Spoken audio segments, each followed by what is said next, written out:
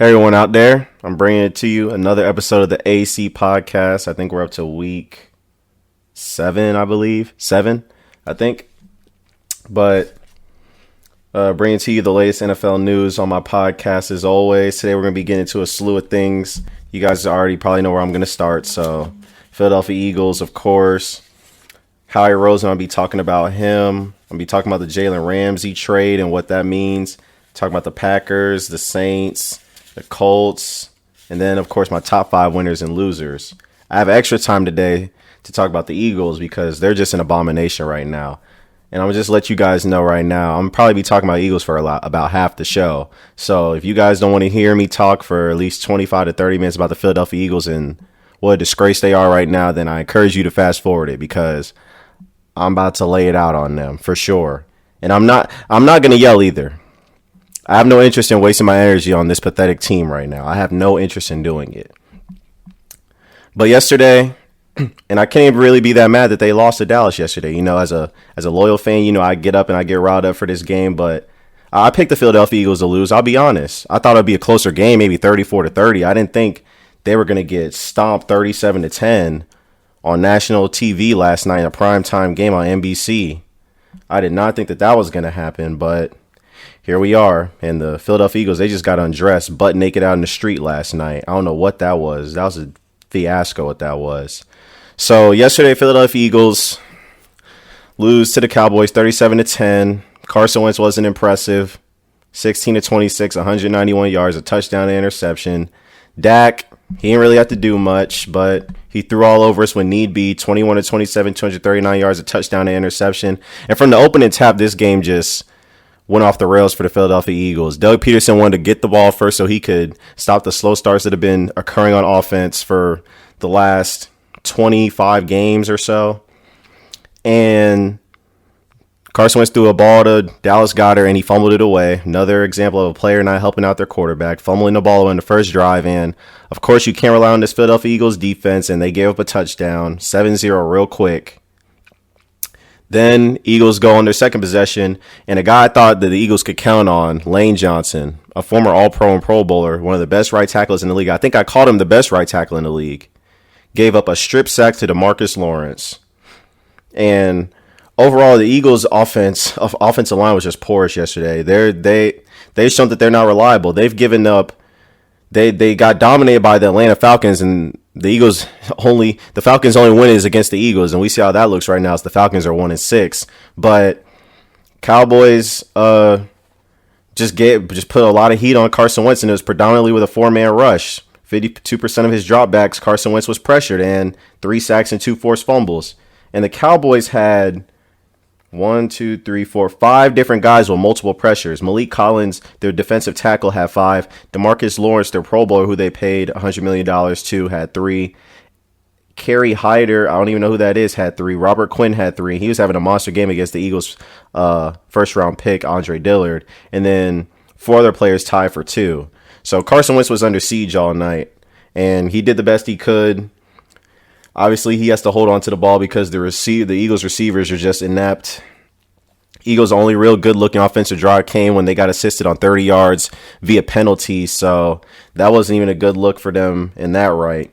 But overall, I'm just looking at the Philadelphia Eagles, and it's like I said before. I said it last week. I don't think that they can win the division because they're just getting out. They're going to get out-talented by a lot of teams. They don't have a lot of talent. Going into the season, it looked like the Eagles had a lot of talent, but stepping back and looking at it now and analyzing it, watching them play against other teams, they don't have that much talent. And I'm going to get to that in a minute. I'm going to get to that in a few minutes because this falls on the GM as far as I'm concerned. But overall, Wentz in the first half, I just had a problem. I don't understand Doug Peterson's game plan. He wants to run the ball after you're down 21-7, 24-7. You don't have the luxury of running the ball anymore. You weren't running it effectively when you had opportunities to run it. It's just, the game plan with Doug Peterson and his coaching, it's not adding up to me. It's just like Carson Wentz only threw 7 passes in the first half. 7 passes for a $127 million quarterback. Where does that make sense at? It's not like you. It's once again, I reiterate this. The Eagles do not have an elite running back. So it's not like the Eagles need to be handing the ball off 25 to 30 times like the Cowboys do because they have Ezekiel Elliott. There's no David Johnson in the backfield. There's no Todd Gurley in the backfield. There's no Le'Veon Bell in the backfield. There's no Christian McCaffrey in the backfield. We have Jordan Howard and a rookie splitting carries. So for whatever reason, Doug Peterson wants to establish the run like the Eagles are a running football team. I don't get it, and I don't get why you want to stick with the run when you're down 17 points. It's a 3-possession game. You don't have the luxury of throwing it. But then again, it's not like the Eagles receivers are that good, so you're caught in a bind. The Eagles have no quick strike ability, and I'm not saying that a deep threat is the most important thing on the offense, but you have to make a defense be able to respect someone deep so that you can open up coverage elsewhere on the defense so you can attack them in different ways. The Eagles' only plan of attack is to go 75 to 80 yards in 8 to 9 to 10 plays.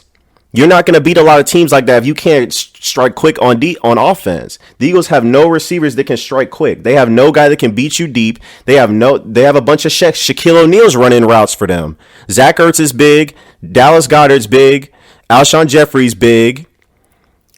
Nelson Aguilar, he's the fastest receiver on the team right now with Deshaun Jackson hurt, and he doesn't make effort. There's a play where Carson Wentz threw him a ball in the fourth quarter. Game's already over anyways, but Aguilar just gives a poor effort and doesn't even lay out for the ball. It's just like, how can you just can't make this stuff up with these guys. In the last 4 games, the Eagles receivers, I'm going to read them to you. Alshon Jeffrey, 230 snaps, 21 receptions, 204 yards, 2 touchdowns. Nelson Aguilar, 230 snaps, 7 receptions, 86 yards, 0 touchdowns, and a fumble. Mac Hollins, the slot receiver, 139 snaps, 1 reception, 13 yards, 0 touchdowns. And J.J. Arcega-Whiteside, a guy that we invested a second-round pick in, 25 snaps, 0 receptions, 0 yards, 0 touchdowns. And he also has only 2 receptions for 14 yards on the entire season. That's disgraceful. That is absolutely disgraceful. The Eagles have no receivers that they can count on consistently. They have none. None of these guys scare you. I say it again. None of these guys scare you. Alshon is nice, but he looks like he's running with a truck on his back. Literally, he looks like he's running with a sack of potatoes on his back. He is that slow. I feel like I could get out of my bed at 6 a.m. in the morning and outrun him.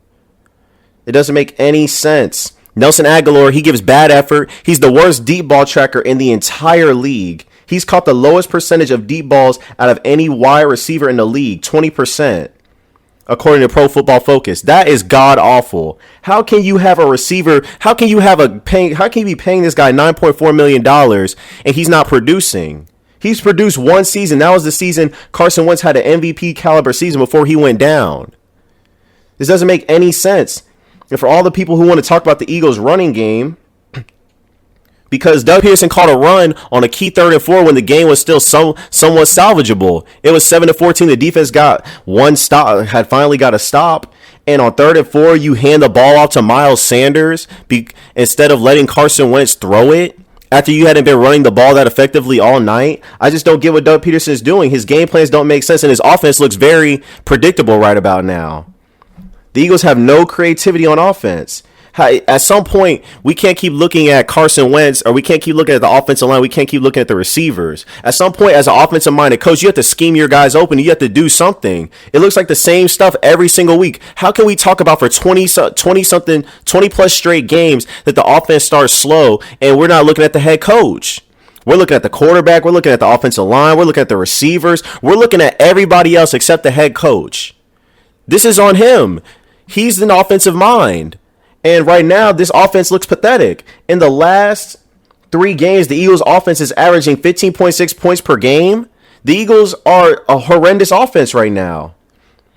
They're not good on offense. The line is not holding up anymore. I don't know whether it's due to age or dudes just not wanting to block for Carson Wentz. I don't know what it is right now, but the line's not performing up to snuff, and they had 3 Pro Bowlers and former All-Pros on it. So I don't get why the line's not showing up.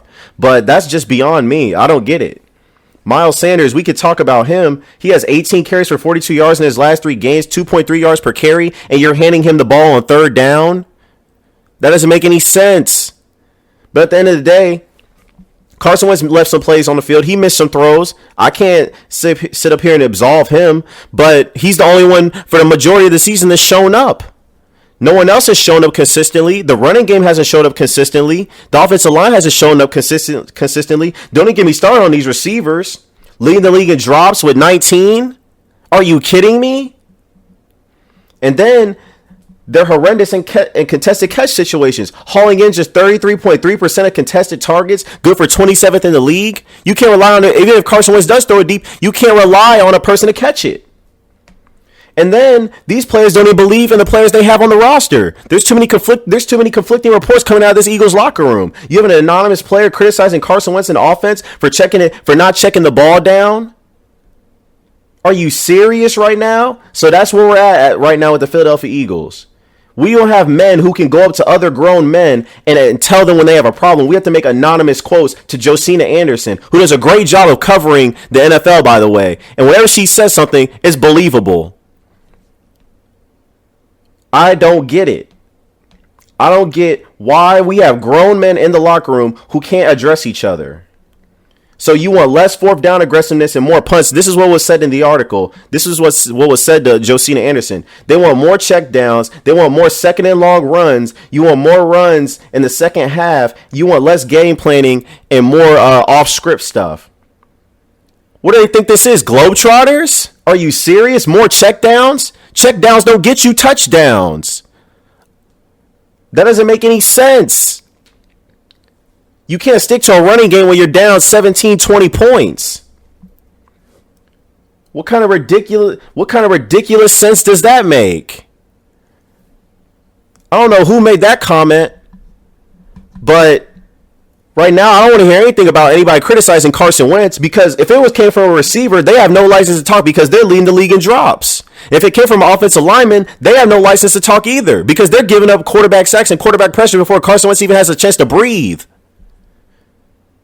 This man can't breathe a breath of O2 with hydrogen before he's getting sacked, before he's getting touched. This doesn't make any sense. I don't want to hear any criticism about any players in the Eagles locker room criticizing Carson Wentz. He didn't have a good game yesterday, but it wasn't his fault. It wasn't all his fault. He missed a few throws. I already said it. But this notion that Carson Wentz is supposed to motivate and lead guys to do their jobs that they're getting paid millions of dollars to do is flat out ridiculous. Does he need to give a motivational speech? Sure. Does he need to motivate and inspire guys on the field and get them to play a little bit above their play? Sure. But what else do you want him to do? He can't throw the ball and catch it. He can't stop dudes from fumbling the ball. He can't tell the defense to stop giving up rainbows over their head. I mean, the Eagles defense might as well be sponsored by Skittles because they give up so many rainbows over their head. Doesn't make any sense. The Eagles are a flat-out catastrophe. And let me get on this defense, because this is disgraceful defense. I'm not done yet. This defense is god-awful. It's god-awful. In the last two games, they're giving up 37.5 points per game. DB's undisciplined. You only find them close to receivers when they're committing penalties against opposing teams' receivers. And everybody thought that when Jalen Mills coming back, they're acting like he was Jalen Ramsey. I was thinking, is Jalen Mills disguised as Jalen Ramsey? Did the Eagles actually get him and not the Los Angeles Rams? Because people were talking about Jalen Mills like he's the second coming. Is he Rod Woodson? Is he Deion Sanders? Is he Darrelle Revis? Richard Sherman? Someone? Jalen Mills was getting scorched before he got hurt last year. You have Eagles fans clamoring for Jalen Mills like he is some elite cornerback. He's a 7th round pick out of LSU. He gets roasted like every other Eagles DB does. Rasul Douglas gives up a deep route every week. He's put out a lot of bad film. And it's not all his fault because he's the slowest corner on the roster. Running a 4.6 40 and you're a corner? Maybe you need to be a safety, bro.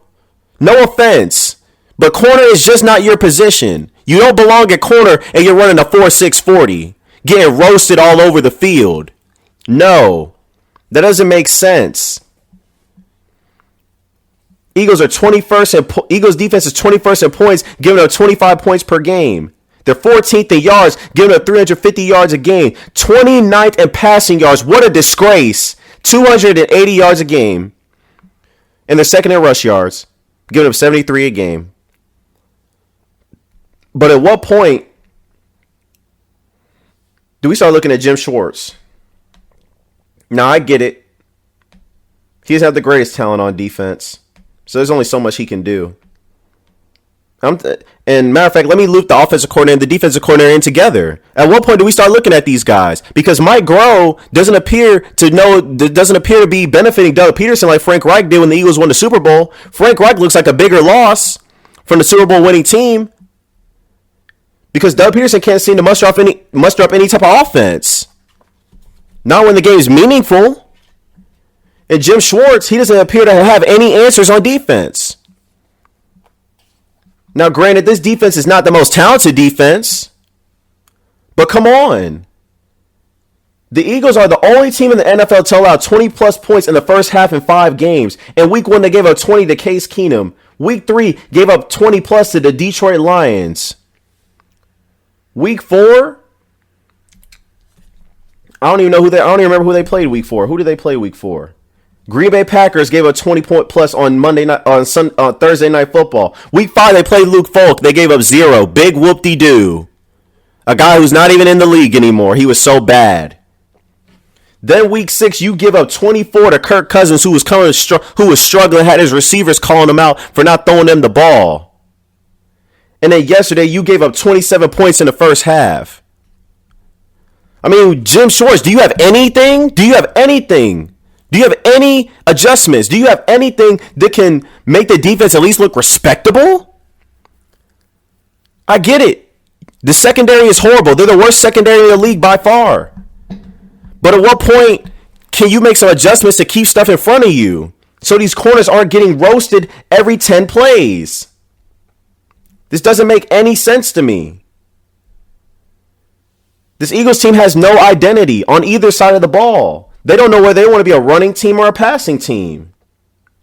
Doug Peterson seems to think that he can run the ball effectively with who? Miles Sanders? He's a better receiver than runner right now. This is unbelievable. Carson Wentz can't even average an average yards per attempt in passing. The average attempt is around 8 yards to your receiver. Well, let me read you what he's averaging to these receivers. The Eagles receivers are combining for 5.8 yards a target in the passing game. Alshon Jeffrey, 6.2. Nelson Aguilar, 5.9. Matt Collins, 6.3. And J.J. Arcega-Whiteside, 2? Are you serious right now? This is an abomination. This is an abomination. It's just that simple. It's just an abomination. The Eagles aren't a good team. The Eagles are not a good team. They don't deserve to be mentioned. And let me backtrack for a second. We didn't learn anything about the Cowboys yesterday. So for any of you Cowboys fans that got excited about that victory yesterday, don't be excited. Don't be. Because neither the Eagles or the Cowboys are in this division are good. The Cowboys are more talented. That's by far. That's why the Eagles got stomped yesterday. While the Eagles have a better quarterback and coach, and I'm still sticking by that, Cowboys ultimately are the more talented team than the Eagles on every front. Dak's not no slouch. But once again, Carson Wentz is a better quarterback than Dak Prescott.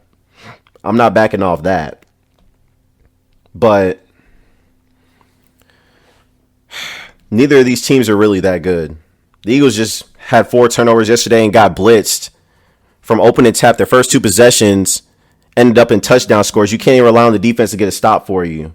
You can't even rely on the defense to get one stop. If the Eagles just hold the Cowboys to a field goal in either of those possessions, we might be having a different story. But once you get down so much early, you have to abandon your game plan. This stuff, it just doesn't make sense. The stuff the Eagles do, it just doesn't add up at all on any front. I don't know what the Eagles are doing. Their coordinators are suspect. If you're not part of the solution, then you're part of the problem. And right now, I haven't seen either of these coordinators step up and do anything. Guess Doug Peterson isn't the genius that we thought he was. Frank Reich was more than just an offensive coordinator, clearly. Because I don't know what has happened to Doug Peterson in his offense for it to fall off this much. Especially when we have a more talented quarterback than Nick Foles. This doesn't make any sense. It just doesn't make any sense. It doesn't make any sense to me at all. And I can't defend anything that the Eagles are doing right now. I can't defend it. It's flat out ridiculous. But I'm going to get to this GM. Because ultimately this all falls on Howie Roseman and the way he's constructed this roster. And my mom asked a very good question while we were riding home from church yesterday. She's like, well, Ronnie, this is mostly the same team that won the Super Bowl. I'm like, you're right, Mom, but guess what? These guys got 2 years older. This is the second oldest team in the league. The Eagles have no young talent and were rated by ESPN as having the worst young talent in the NFL. And for what classifies as young talent under 25 and under. The Eagles have the worst. And you might be wondering, they have Carson Wentz. Carson Wentz is 26. So think about who else is on this roster. They don't have any building blocks for the future on this team that they can count and play at a high level. Let's look at these drafts. Let's take a look at these drafts the last 4 years. Since we want to give Howie Roseman all this credit for building a Super Bowl team, let's get on him as the GM. Because this is inexcusable. 2016, you trade up for Carson Wentz. You got him. You got Isaac Seumalo. You got Wendell Smallwood and Vitae in the 5th round. You got Blake Countess. You got Jalen Mills, Alex McAllister, and Joe Walker. 3 of those are 7th round picks. 2 of them are 5th round picks, and 1 is a 6th round pick. And then Carson Wentz is a 1st round pick, obviously, and Isaac Seumalo is a 3rd round pick. 2017, you draft Derek Barnett, Sidney Jones, Rasul Douglas, Matt Collins, Donald Pumphrey, Shelton Gibson, and Nathan Gary, and Elijah Qualls. Derek Barnett's been good, but he hasn't lived up to a 1st round pick right now. Sidney Jones, he runs 10 yards and he gets a hamstring injury. And he's lost his confidence. He was a healthy scratch yesterday. We don't know. He wasn't a healthy scratch. He was healthy. He just didn't get in the game. Probably because he's been getting roasted all over the field as usual. He's never going to live up to what he's been drafted as. Rasul Douglas, he gets scorched every other week. Well, every week, actually, runs a 4.6 in the 40. He's no good. Matt Collins, I just read you what's been going on with him. He's no good. Donald Pumphrey's not even on the roster anymore. Shelton Gibson's not on the roster anymore. And Nathan Gary is a starting linebacker right now. But he's not even that good. Elijah Qualls, he's not in the league anymore. Let's go to 2018. Dallas Goedert in the 2nd round. Avonte Maddox in the 4th round. Josh Sweat in the 4th round. Matt Pryor in the 6th round. And Jordan Maleta in the 7th round. And then this past draft, you only have 5 picks again. They drafted Andre Dillard, Miles Sanders in the 2nd round, J.J. Arcega-Whiteside in the 2nd round, Sharif Miller in the 4th round, and Clayton Thorson in the 5th round. Those are your draft picks. But once again, I have to get on Howie Roseman. Excuse me. The wide receivers drafted by the Eagles since Howie Roseman was promoted to GM in 2010. Riley Cooper, Marvin McNutt, Jordan Matthews, Josh Huff, Nelson Aguilar, Matt Collins, Shelton Gibson, and J.J. Arcega-Whiteside. None of these guys are guys that you want on your roster right now. None of these guys are good. None of these guys are even impressive. Also, let's get on these other moves because there's some questionable moves that the GM has made. You brought in an Alshon replacement, J.J. Arcega-Whiteside, because he's a big physical target. But then, what did you do on top of that? You gave Alshon a contract restructure this year. You drafted his replacement, and then you gave him a contract restructure for the next 2 years that's going to pay him $14.75 million this year, almost $16 million in 2020, and then almost $16 million in 2021. And his age, 29, 30, and 31 seasons. Alshon's going to be overpaid. And he hasn't had a 1,000-yard season since 2014. This doesn't make any sense. What are these moves don't make any sense. And then let me get on the corners because Doug Peterson tried to endorse that, we're getting guys back that are healthy, and that's the encouraging side.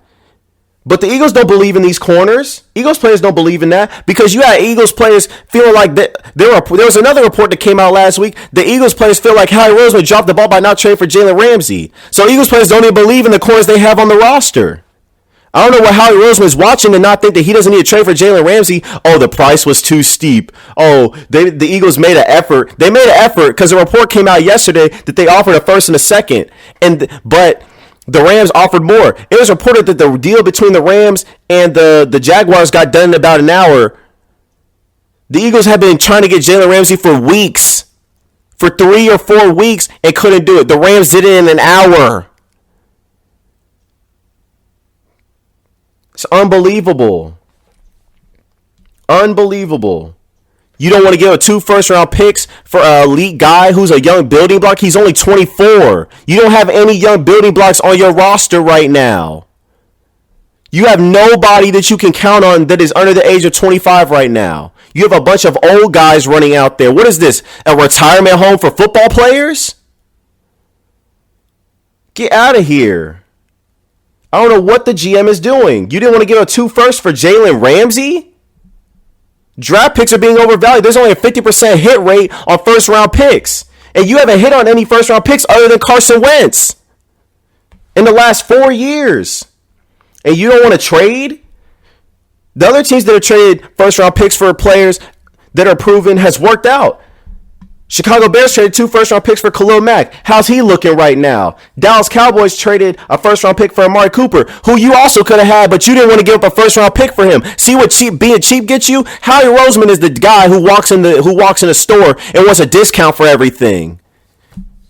He wants a discount for the good products in the store. Doesn't make any sense. You've been trying to build through the draft, but at some point, you're inept. You've shown that you're inept at drafting players. At what point do we look at you?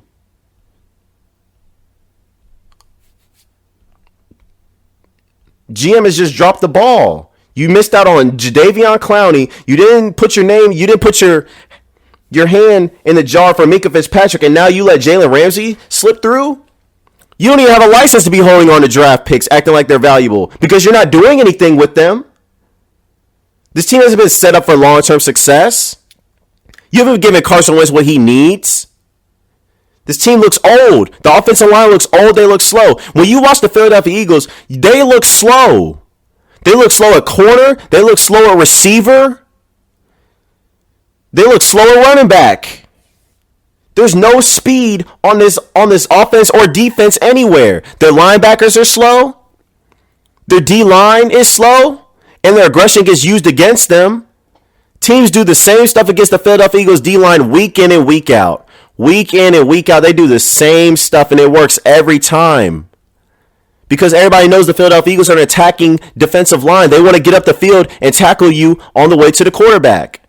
Tackle your running back on the way to the quarterback. Well, guess what? Now teams are running misdirection and more play action, and the Eagles D-line gets caught up in the wash the whole time. The other side of the field is open every time you run play action against them.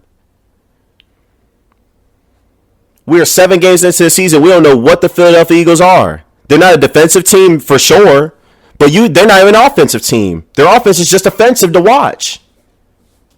It's embarrassing. This team has no young players it can count on. The GM has dropped the ball on so many draft picks. It's so ridiculous. And you have people calling out Carson Wentz. I don't know. There's no leadership on this team. There's no leadership anywhere. If Carson Wentz isn't the leader, people are criticizing him, then who is the leader? Because I don't see another leader on offense. I for sure don't see one on defense.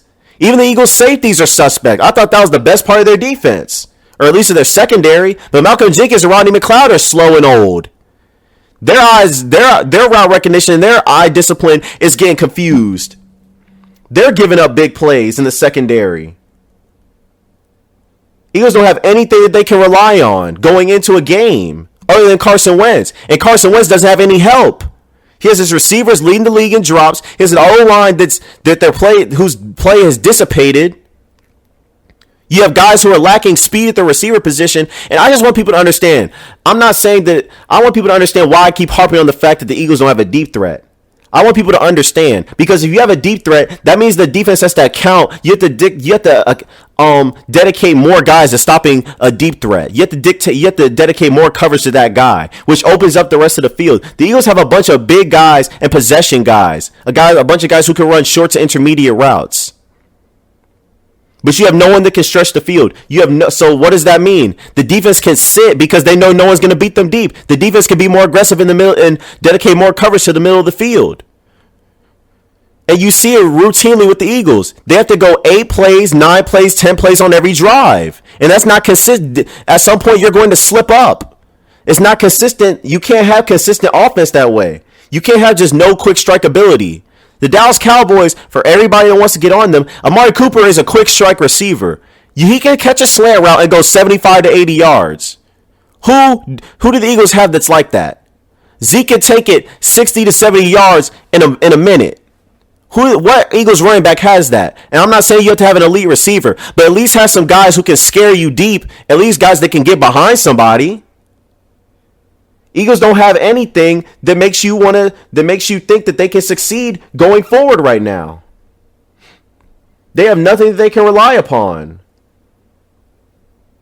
This is pathetic. This is unacceptable. And now there's a source saying that the Eagles try to trade for Patrick Peterson. He's 29 years old. Why do you keep trying to trade for old players? You try to trade a first-round pick in Nelson Aguilar. Thank God you offered up Nelson Aguilar, because he's not good. His trade value is probably dissipated now. You should have traded him over the summer or during the draft. You didn't trade him. Now we're stuck with him. And he's stealing money from the Eagles' bank account. He's stealing money. The Eagles receivers and the Eagles corners don't deserve to ride home with a private jet that they flew in on to Dallas. Everybody should have to pay for their own ticket home, as far as I'm concerned. Doesn't make any sense. You have dudes that just don't show up, and then dudes want to criticize guys on offense. What kind of sense does that make? And you're not doing your job. I can't defend Carson Wentz on this day. I can't defend him to the degree that I would like to, but he's not the problem on the Philadelphia Eagles. He's not the problem. The GM is, the coach is, the offensive players are, that aren't named Carson Wentz. The defense is. They haven't put Carson Wentz in a position to succeed. This team has too many holes. It's sickening to watch. They don't have the requisite talent to compete. This team is not a Super Bowl contender. They don't even look like a playoff contender. This is a disgrace. 2 years removed from a Super Bowl, and this team has done nothing. 2 years removed from a Super Bowl, and they haven't acquired any talent. And now you have Carson Wentz's contract about to kick in next year. What are you going to do then? Now is the time to acquire a person like Jalen Ramsey to help you out. Now was the time. And I don't understand why they did it, because we also have the 5th most cap space in the NFL.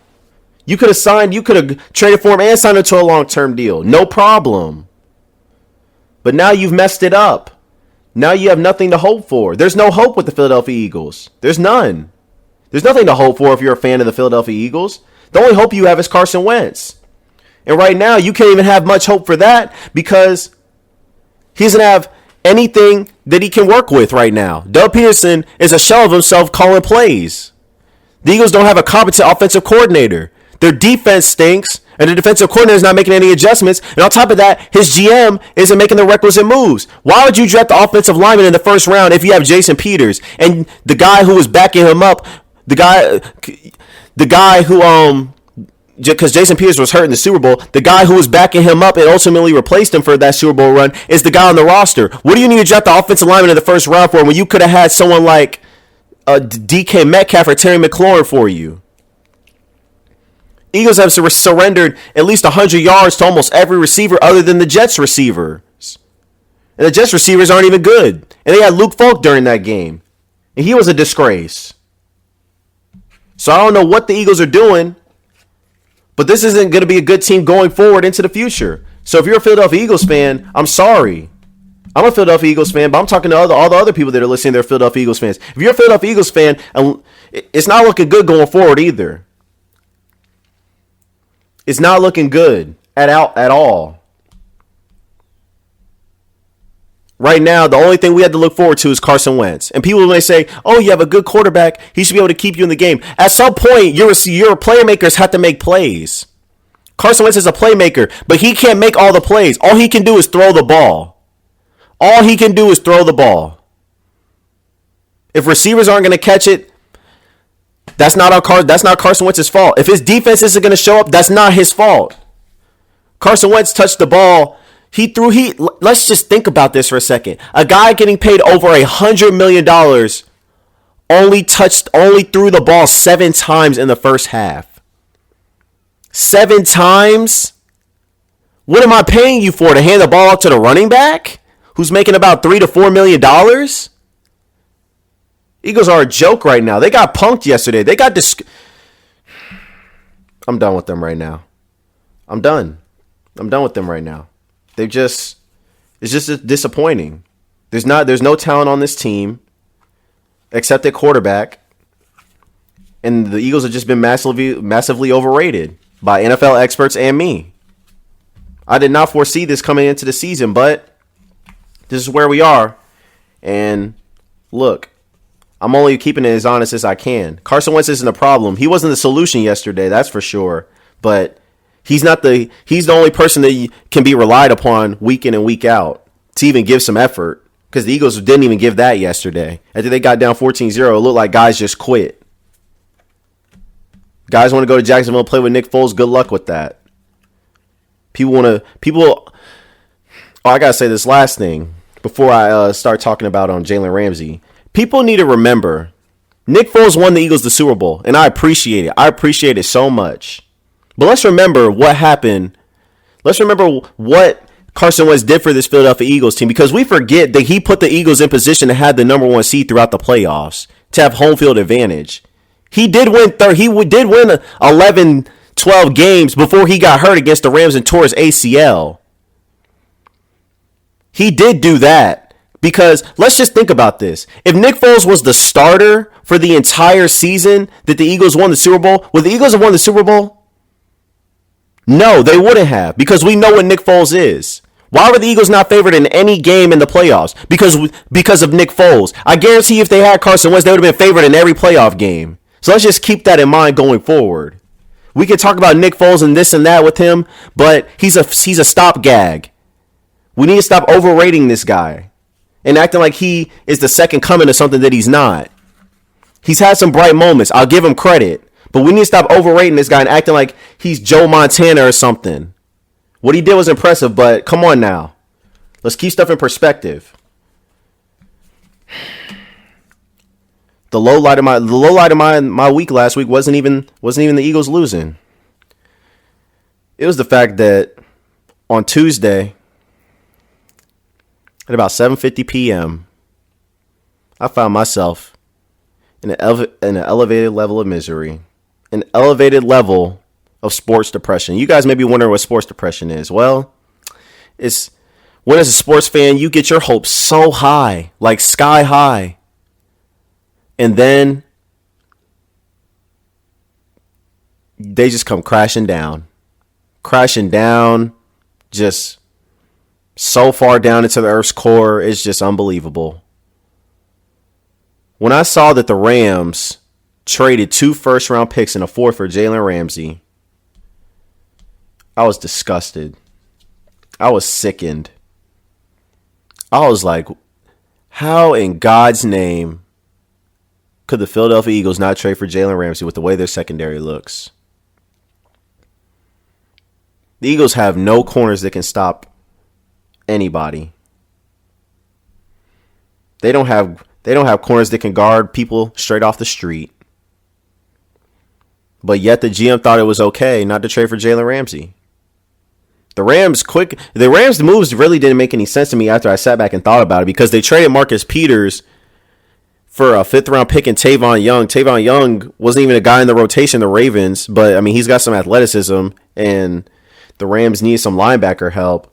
But after placing Aqib Talib on IR earlier that same day, they traded Marcus Peters. I don't know why they didn't just keep him and trade for Jalen Ramsey.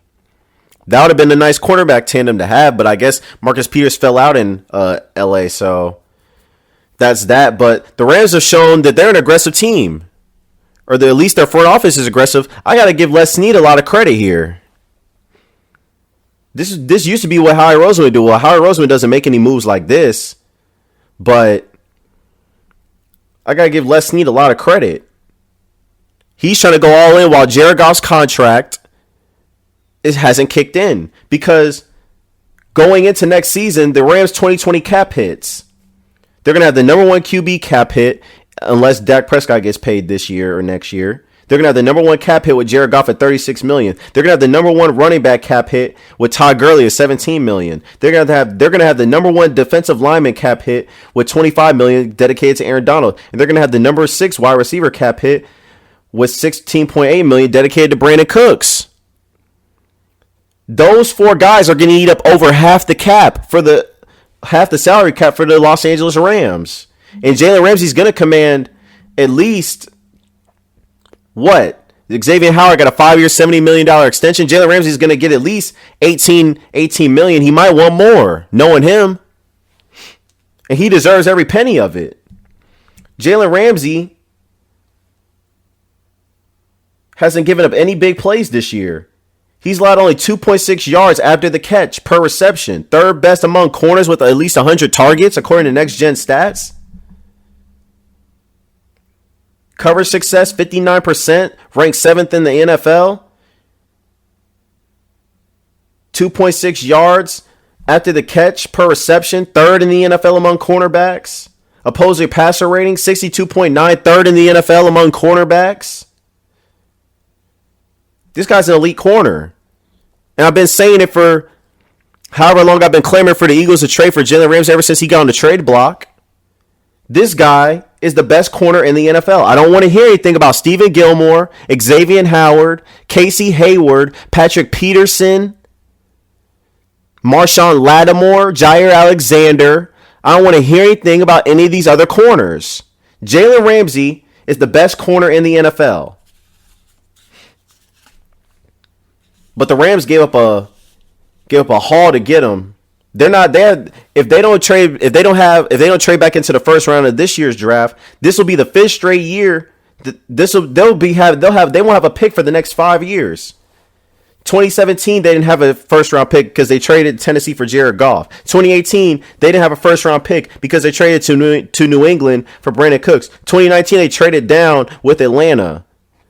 And then 2020 and 2021, they're not going to have first round picks because of the trade for Jalen Ramsey. 5 straight years, they won't have first round picks. Rams are going all in. And first round picks haven't been this devalued in a long time. It used to be a cardinal sin in the NFL not to trade first round picks. Now teams are just doing it with ease. Teams don't care. They're just giving up first-round picks for proven commodities, and I can't fault them. If there's a Khalil Mack, a Jalen Ramsey, and a Amari Cooper on the trade block, I'll trade for them in a heartbeat. I'll give them a first-round pick in a heartbeat because those are proven players. No matter what player it is, it always takes a first-round pick a certain amount of time to adjust to the NFL. These guys, they're already proven. Amari Cooper's proven. Jalen Ramsey's proven. Khalil Mack's proven. I mean, come on. These dudes were up and they got taken. So the notion that first round picks should be untradeable is ridiculous. Those trades worked out for those other teams. Now the Rams cap going forward, I don't know. It's going to be sketchy. And they still have other things they need to address. Their offense looked good yesterday, but they played the Atlanta Falcons, so we don't even know what to make of that game. And then they're in a challenging division with the Seattle Seahawks and the San Francisco 49ers. But the Rams still have a lot of question marks, even though they address corner. Their second cornerback spot is still questionable because they have Troy Hill starting, who was a third string guy.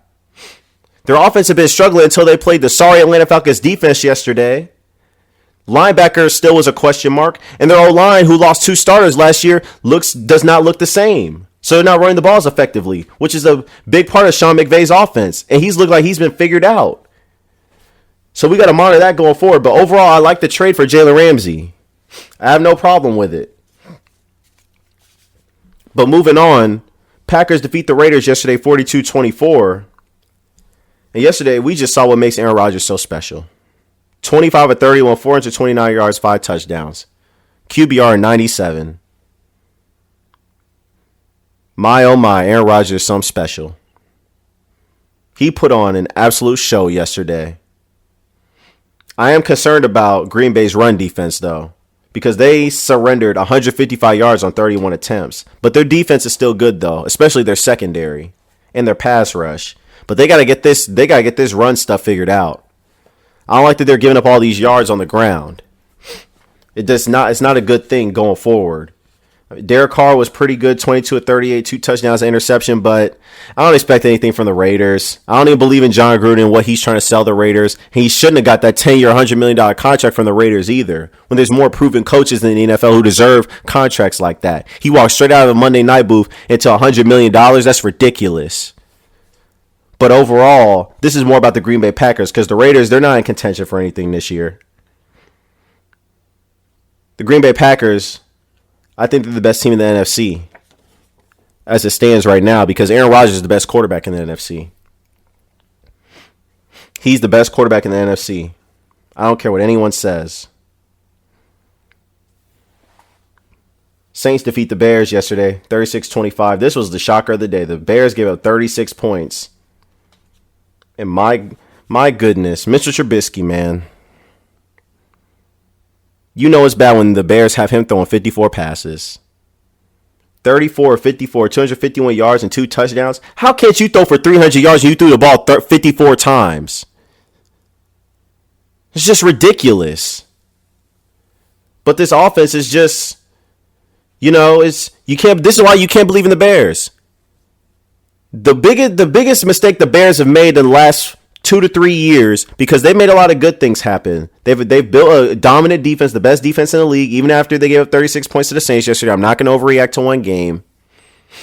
But the biggest mistake the Bears made is not choosing Patrick Mahomes or Deshaun Watson over Mitchell Trubisky. That is the biggest mistake they've made. The Bears have to be sick to their stomach that they didn't choose Patrick Mahomes or Deshaun Watson right now. Because Deshaun Watson or Patrick Mahomes with this defense, you're arguably a Super Bowl favorite. But you just can't believe in the Bears.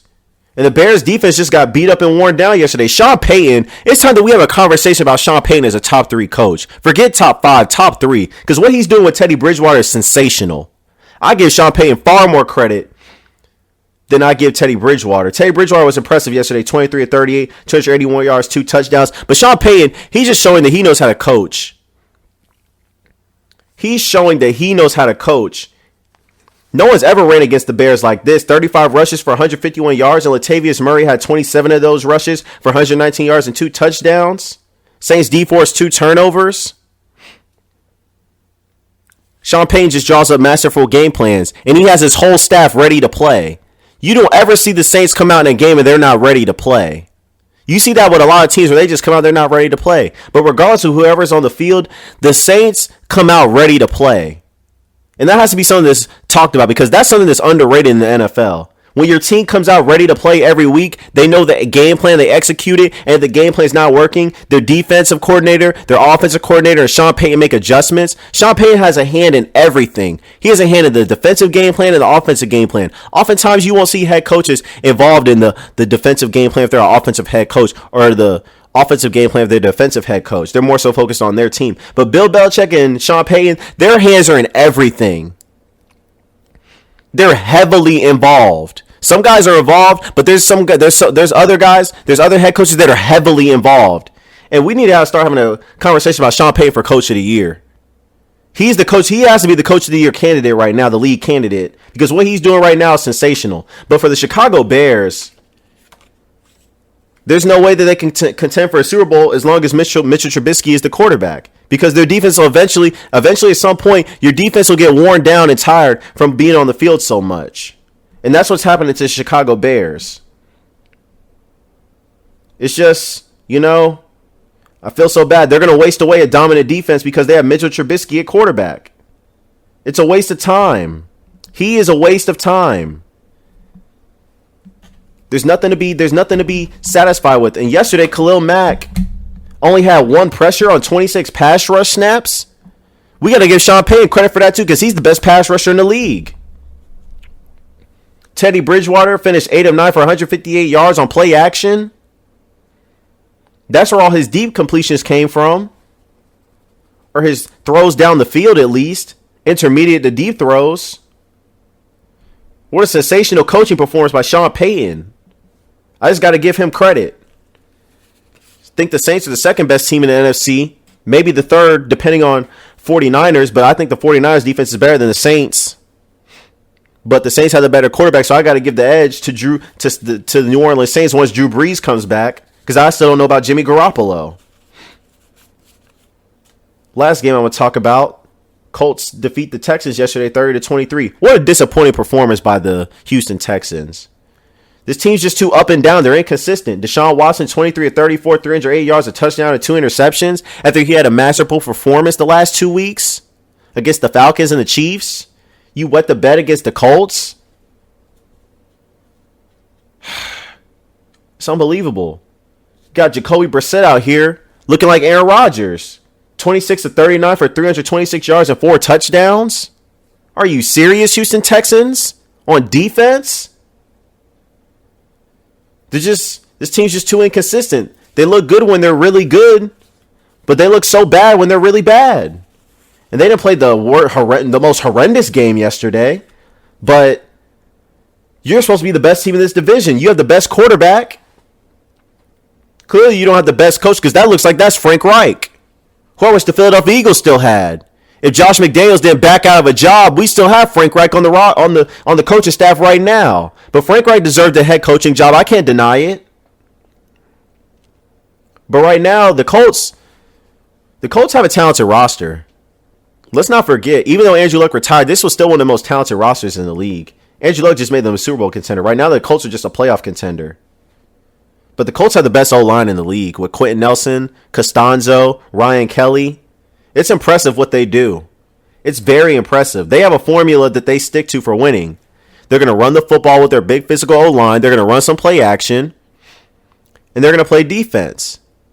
And their defensive coordinator isn't scared to switch up his schemes. Against the Kansas City Chiefs, he played man defense on 71% of the snaps against the Chiefs offense. And the Colts are primarily a zone team, a cover 3, cover 2 team. They don't play a lot of man, but they do what needs to be done. And I respect that. Frank Reich is a very good coach. He's the best coach in that division right now, as far as I'm concerned. He's keeping the Colts afloat amid Andrew Luck retiring. So that's impressive. Top 5 winners. Saints, of course, because that was an impressive win against the Chicago Bears and that vaunted defense. Bears are still the best defense in the league, but yesterday that wasn't a good look.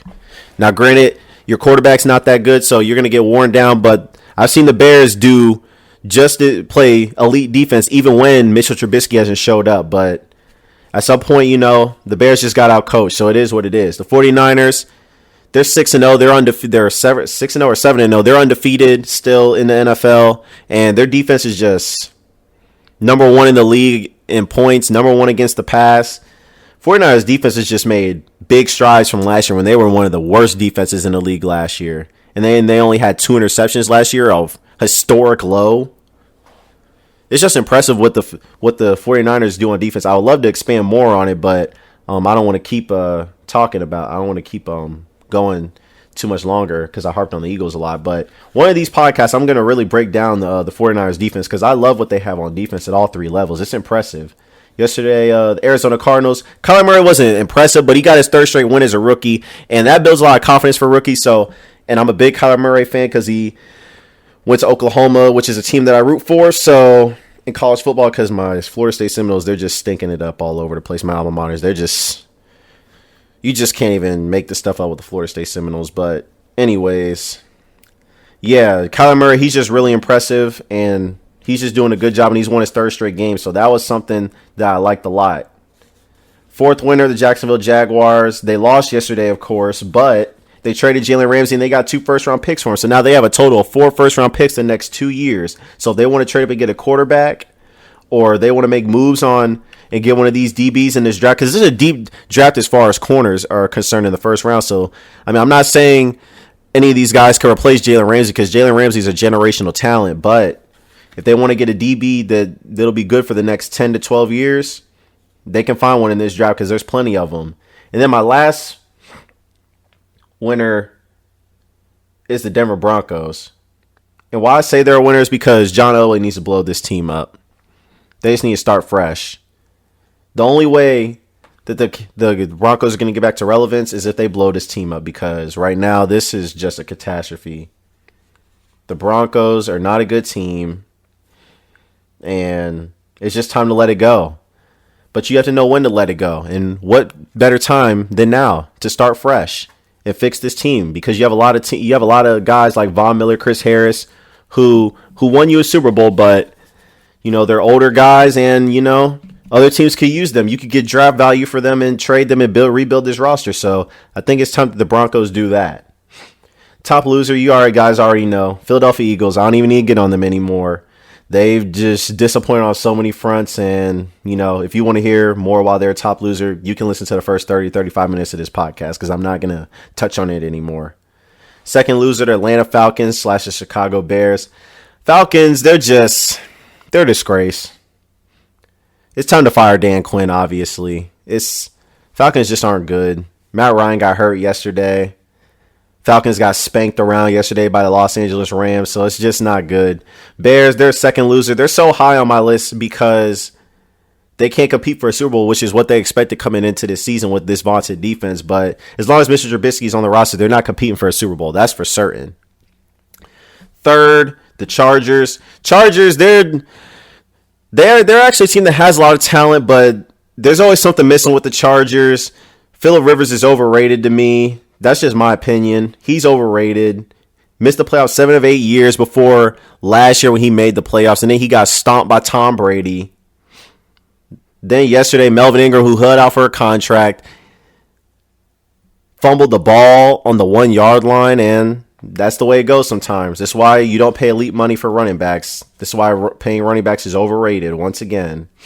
And he's costing himself money. He cost himself a lot of money with that fumble, that's for sure. Fourth loser, the Chiefs. Chiefs won on Thursday night, but they lost Patrick Mahomes. And I don't know why Andy Reid called that idiotic quarterback sneak with his quarterback already with an ankle injury. I don't know why he called that, but this is where we are. Now Mahomes is out for 3 weeks. But in that time, the Chiefs might lose some games because they don't have anything else to rely upon. The whole season of the Kansas City Chiefs is riding on the right arm of Patrick Mahomes. And with him out, I don't know what the Kansas City Chiefs are supposed to do. Matt Moore doesn't look good. Ugh. I don't want to see him play.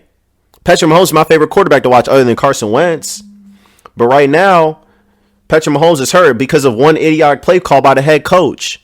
How could you make that play call? A quarterback sneak? No, man. Now Patrick Mahomes is hurt. And it just looks like another easy cakewalk to an AFC Championship game or most likely a Super Bowl for the New England Patriots. This is guaranteed because the Texans are inconsistent. The Baltimore Ravens, I don't think that they could beat the New England Patriots. And the Kansas City Chiefs, they don't have a defense. But at least you have a chance. You have a puncher's chance against the Patriots because you have Patrick Mahomes. But other than that, the Chiefs are just disappointing.